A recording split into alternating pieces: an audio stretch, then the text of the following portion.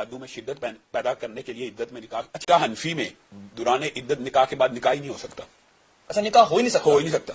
ہو ہی نہیں سکتا. حالانکہ یہ میں فقہ حنفی کی بات کر رہا ہوں صرف. آپ پوچھ لیں ان کے علماء سے فتویٰ. تو پھر کیسے ہوگا نکاح؟ آپ یہ بات آپ بتائیں. آپ ان سے پوچھیں. فقہ حنفی کا یہ اصول ہے کہ جب حرام کا ارتکاب ہو جائے تو بعد میں وہ حلال نہیں ہوتی. میرا خیال ہے کہ شاید ان کو پھر مس گائڈ کیا گیا ہو کہ حلال ہو گیا یا جو بھی معاملہ ہو گیا. میں اللہ معاف کرے کوئی ایسی بات یعنی آپ کو مجھے لگ رہا ہے کہ ہائپوتھیسس بھی نہیں بن پا رہا. ہاں یہ بات ہے. ہائپوتھیسس بھی نہیں بن رہا. یا آپ یہ کہہ لیں کہ یہ بندہ تصور بھی نہیں کر سکتا کہ کیا انہوں نے معاملہ کیا کہ انہوں نے دوبارہ نکاح پڑھا دیا. دوبارہ تو نکاح ان کی فقہ میں جائز ہی نہیں ہے. بالفرض جائز بھی ہو تو آپ مجھے ایک بات بتائیں. یہ جو پہلے کا حرام کاری کا دور گزرا جو آپ اس کی سزا پوچھیں, بنیادی طور پہ ایک بات میں یہ بھی وضاحت کرنا چاہتا ہوں. جو گواہی کا اقرار ہے نا اس کی حد تو سمجھ ہے, لیکن جو نکاح کے اندر کبھی کوئی شرط مفقود ہو جائے نا تو اس کے بعد نکاح فسخ ہوتا ہے, باطل ہوتا ہے, اس کو حرام کاری کہا جاتا ہے. اس کے اوپر زنا کی حد نہیں لگتی.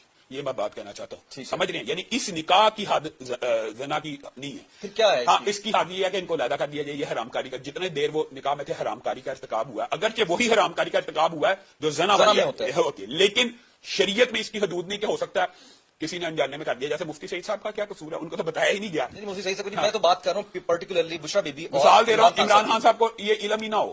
اس کو تو علم تھا. وہ تو کیونکہ عدت کا تعلق خاص طور پہ عورت کے ساتھ ہوتا ہے. عورت نے بتانا ہوتا ہے میری عدت پوری ہوگی. اب یہ ہوتا ہے کہ شریعت کے اندر ایسے بندے کی گواہی تا وقت موت قبول نہیں ہوتی.